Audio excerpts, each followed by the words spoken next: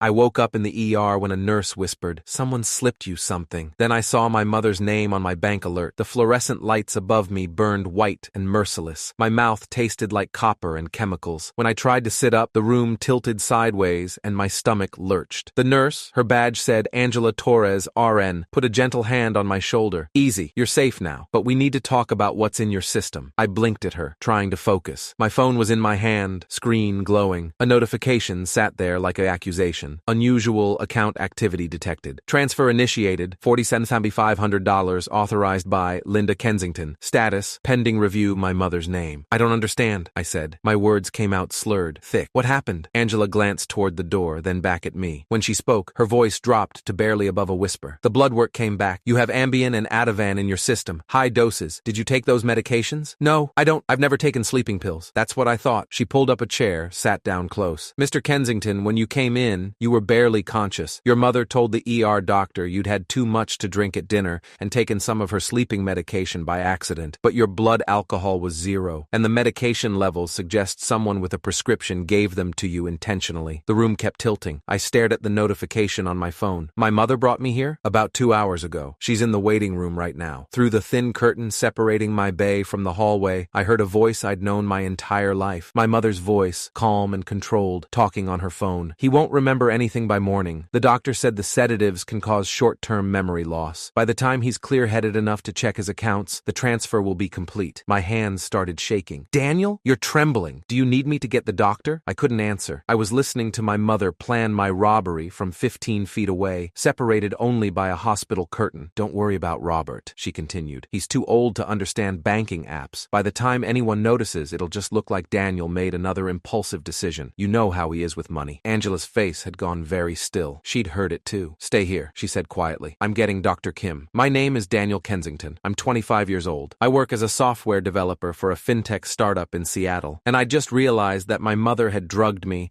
and was actively stealing from me while I lay in a hospital bed she'd put me in. 3 years ago, my father died. Heart attack, sudden and catastrophic. At 52 years old, he left behind a complicated estate, investments, properties, life insurance, retirement accounts. I was 22, fresh out of college, working my first real job. My mother sat me down a week after the funeral. "Danny, I know this is overwhelming. The lawyers say you're the primary beneficiary for most of your father's estate, but honey, you're so young, and you've never handled this kind of money before." She'd looked at me with such concern, such motherly love. "What if we set it up so I help manage things, just until you're more established? I've been handling the household finances for years. I know what your father wanted. We can make sure his legacy is protected." I'd signed the papers she put in front of me. Powers of attorney, joint account access, investment authorization. I trusted her because she was my mother, and that's what sons do. For 3 years, she'd controlled everything. My inheritance, my investment accounts, even my salary from work went into accounts she had access to. She said it was simpler this way, more organized, less room for me to make mistakes. "You're just like your father," she'd say whenever I questioned something. "Brilliant with technology, but money makes you anxious. Let me handle the complicated stuff." I'd believed her because the alternative was unthinkable. Dr. Richard Kim, ER attending physician with 12 years at Seattle General, pulled the curtain closed around my bay. He was in his early 40s, wire-rimmed glasses, the kind of focused competence that comes from years of emergency medicine. "Mr. Kensington, Angela tells me you're experiencing some confusion about your medication intake." "I didn't take anything," I said. My tongue still felt thick. "I had dinner with my mother. That's the last thing I remember clearly." He pulled up my chart on his tablet. "You were brought in at 9:47 p.m. by your mother, Linda Kensington. She reported finding you disoriented and lethargic at your apartment. Said you'd mentioned taking some of her sleep medication because you were stressed about work. That didn't happen. Your toxicology shows 15 milligrams of Ambien and 4 milligrams of Ativan. That's a significant dose, especially for someone with no tolerance. You're lucky you didn't stop breathing." The room spun again. Could that kill someone? In high enough doses, or combined with alcohol? Absolutely. Even without alcohol, that combination could cause respiratory depression. He looked at me steadily. "Mr. Kensington, did you consent to taking those medications?" "No." "Do you remember anything unusual about dinner?" I closed my eyes, trying to push through the fog. Mom had called me Tuesday afternoon, said she wanted to talk about my birthday next month, maybe plan something special. We'd met at her house, the house I grew up in, the house Dad had paid off before he died, at 7 p.m. She'd made lasagna, my favorite. We'd eaten in the dining room, talking about work, about the weather, Normal mother-son conversation. She'd poured us both wine. The wine, I said suddenly. She poured wine. I had maybe half a glass. It tasted bitter. I thought maybe the bottle had turned. Dr. Kim typed notes. What happened after that? I started feeling tired, heavy. Mom said I looked exhausted, that I should lie down on the couch for a few minutes. I remember her helping me to the car, saying she was taking me to the ER because I seemed confused. And you don't remember saying you'd taken her medication? I would never take sleeping pills. I don't even like taking Tylenol. Angela appeared with a uniformed police officer. He was young, probably my age. Badge reading Officer M. Santos. Mr. Kensington, I'm Officer Miguel Santos. Dr. Kim asked me to come talk to you about a possible poisoning incident. The word hung in the air like smoke. Poisoning. My mother had poisoned me. I showed Officer Santos my phone, the bank alert, the pending transfer of $47,500 from my investment account, an account my mother had access to as a joint holder, to an account I didn't recognize. This transfer was initiated at 10:23 p.m., I said, while I was unconscious in the ER, from an account she has authorization to access. Santos photographed my phone screen. Do you know whose account this is being transferred to? I clicked through to the details. The destination account was registered to Silverline Consulting LLC. I'd never heard of it. No idea. I'm going to need to speak with your mother, Santos said. Is she still in the waiting room? Through the curtain, I could hear her, still on the phone, voice low. The account should show the transfer as pending by now. Just wait until tomorrow morning to move it again. Daniel never checks his investments anyway. He barely understands what he has. Santos heard it too. His expression hardened. Angela, can you ask Mrs. Kensington to step into the family consultation room? Tell her the doctor needs to discuss her son's condition. 5 minutes later, my mother sat in a small, windowless room with Santos, Dr. Kim, Angela, and me. She'd composed her face into perfect maternal concern. Her hand reached for mine. Danny, honey, you scared me so much. When I found you like that, I pulled my hand away. Her smile faltered. What's wrong? Mrs. Kensington, Dr. Kim said, your son's toxicology shows significant levels of Ambien and Ativan. He says he didn't take those medications voluntarily. Of course he didn't take them voluntarily. He took them by accident. I told you he was stressed. He grabbed my prescription bottle thinking it was aspirin. I didn't, I said. I was at your house for dinner. That's all. Something flickered across her face. Then the concern reasserted itself. Sweetheart, you're confused. The medication is affecting your memory. You came over. Yes, we had dinner. Then you went home. I found you at your apartment. Show me your call log, I said. What? Your phone. If you called 911 from my apartment, it'll show. Show me. She pulled out her phone. Hesitated. Officer Santos held out his hand. Ma'am, I'd like to see that as well. She handed it over reluctantly. Santos scrolled through the call log. Mrs. Kensington, your 911 call was placed at 9:42 p.m. Location services show it originated from your home address, not your son's apartment. Her jaw tightened. I must have been confused. It's been a very stressful evening. And there's another call here, to a number saved as TC, placed at 10:17 p.m., lasting 6 minutes. He looked up at her. That would be while your son was being admitted to the ER. I was calling a friend to tell them what happened. We need to talk about this transfer, I said. I held up my phone. The $47,500 being moved out of my account right now to Silverline Consulting. What is that? All the color drained from her face. I don't know what you're talking about. It shows you as the authorizing party. Your digital signature is on the transfer request. That's impossible. I would never... Santos stood up. Mrs. Kensington, I'm going to need you to come with me to the station to answer some questions. And I'll need to see your prescription bottles for Ambien and Ativan. This is ridiculous. I'm trying to help my son. Ma'am, your son is alleging that you administered prescription medication to him without his knowledge. That's assault, possibly attempted murder depending on the dosage. And there's the matter of this financial transaction. He's confused. The drugs are making him paranoid. Actually, Dr. Kim interrupted. The drugs should be metabolizing out of his system by now. His cognition seems quite clear. My mother looked at me, really looked at me. I saw the moment she realized I wasn't going to back down, wasn't going to let this go. Danny, please, you don't understand what you're doing. I'm your mother. I love you. I'm trying to protect you. From what? My voice came out harder than I'd intended. From having control over my own money? From making my own decisions? From making mistakes, like your father did. He was terrible with money, just like you. That's why I had to manage everything. That's why I have to do the same for you. Dad was an engineer. He built a successful career, left us comfortable. He left us in debt. She was on her feet now, the mask slipping. Do you have any idea what I had to do to clean up his messes? The investment accounts he opened with money we didn't have? She stopped herself. Too late. What investment accounts? I asked quietly. She sat back down. Nothing. I misspoke, but I was already opening my banking app, pulling up account histories, transaction logs. 3 years of data started loading on my screen. Officer Santos put a hand on my mother's shoulder. Ma'am, I need you to come with me me now. They left. Angela checked my vitals one more time, told me I'd need to stay for observation for at least another 4 hours. Dr. Kim said he'd be filing a mandatory report with Adult Protective Services given the circumstances. I sat alone in the ER bay, scrolling through 3 years of financial history on my phone. What I found made my hands shake worse than the drugs had. The transfer I'd caught wasn't the first. It wasn't even the 10th. There were dozens of them. Hundreds, maybe. Small amounts at first.